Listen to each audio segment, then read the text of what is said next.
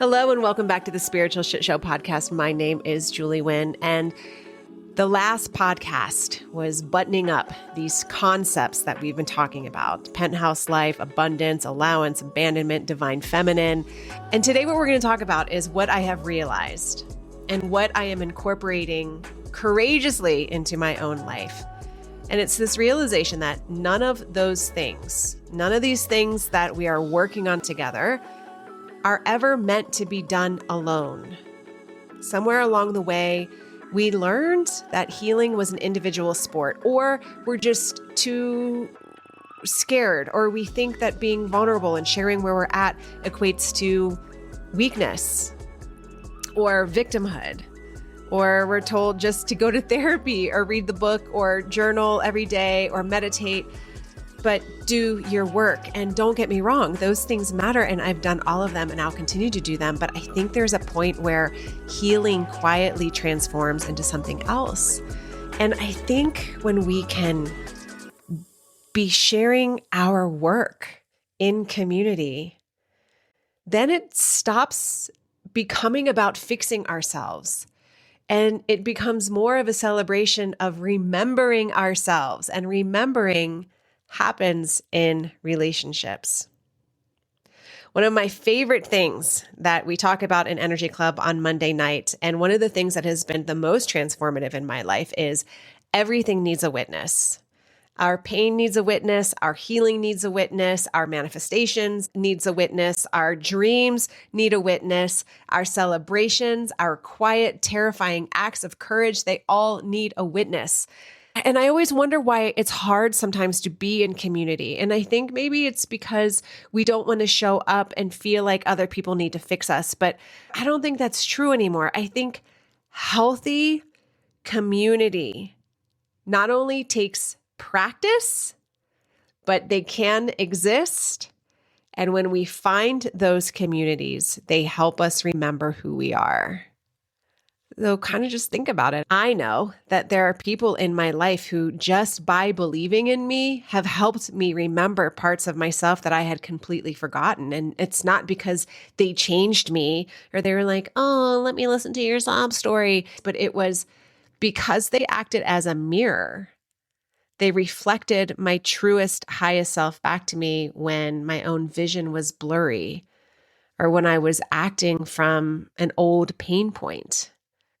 Because they were able to witness me, I was able to transform. That is sacred. That is medicine. I want to share something that I've been putting into practice because I am somebody who is working on trusting other people and is also practicing being in healthy relationships. I have a deep tendency to, it's either yes or no. And if I am uncomfortable, I cut you out and we're done.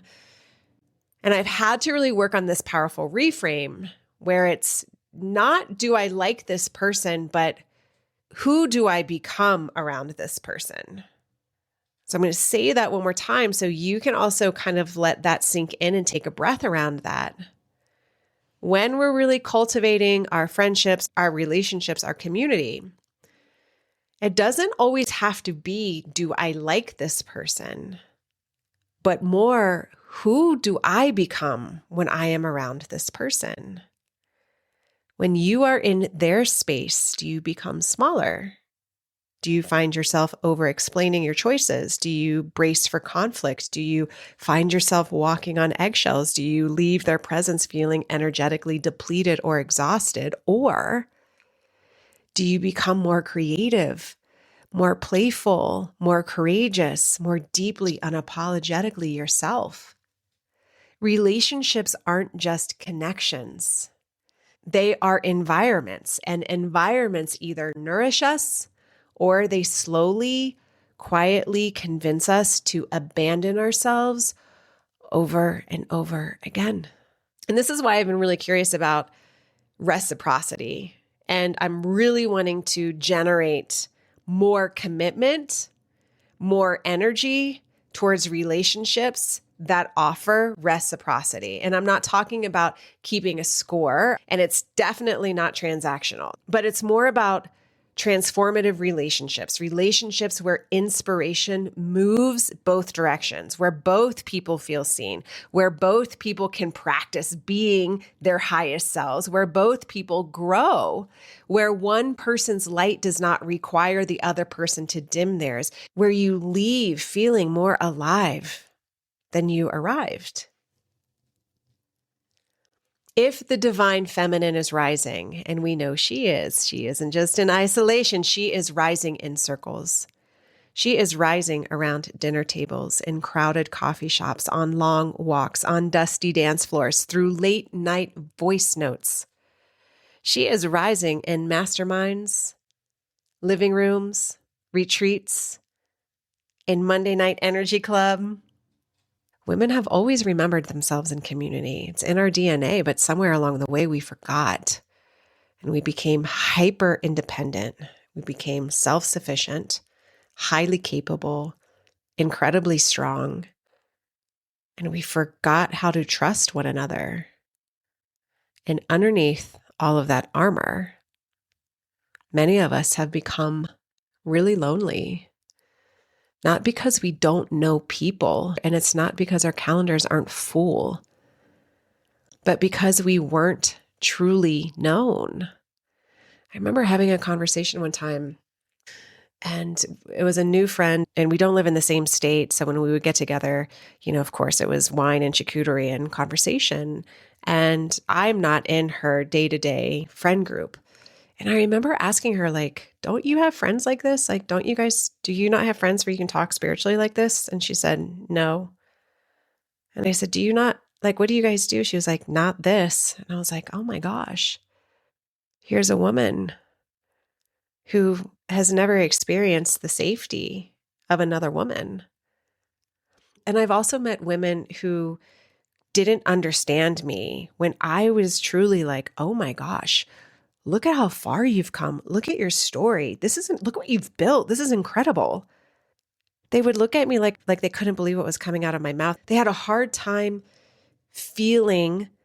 receiving my authentic, oh my gosh, you're incredible.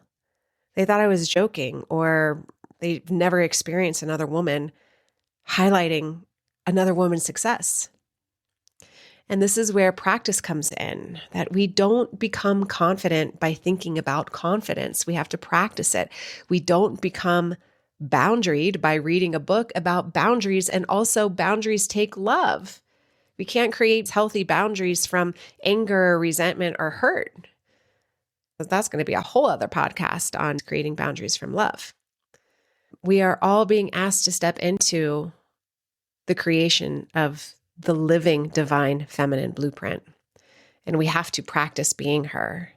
Every difficult conversation, every time we tell our raw truth, hold our story, every time we receive instead of overgiving, every time we let someone love us without trying to earn it, this is practice. And community is the safe container that gives us somewhere to practice. I want relationships that call me forward. I want the people who love me enough to gently say, that doesn't sound like you, or I think you're settling here, or I think you're forgetting who you are. And I want to be around people who can tell me that, not from a place of judgment, but from a place of fierce, unwavering love. Those are the people I want walking beside me, because they don't just support my healing, they protect and enhance my remembering. How do we get there? I'm not sure.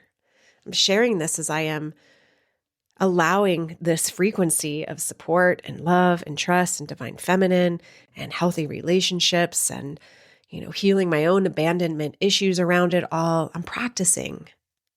And maybe that's what we're really building here. Not just a collection of friendships, but an ecosystem, an environment where remembering becomes easier than forgetting.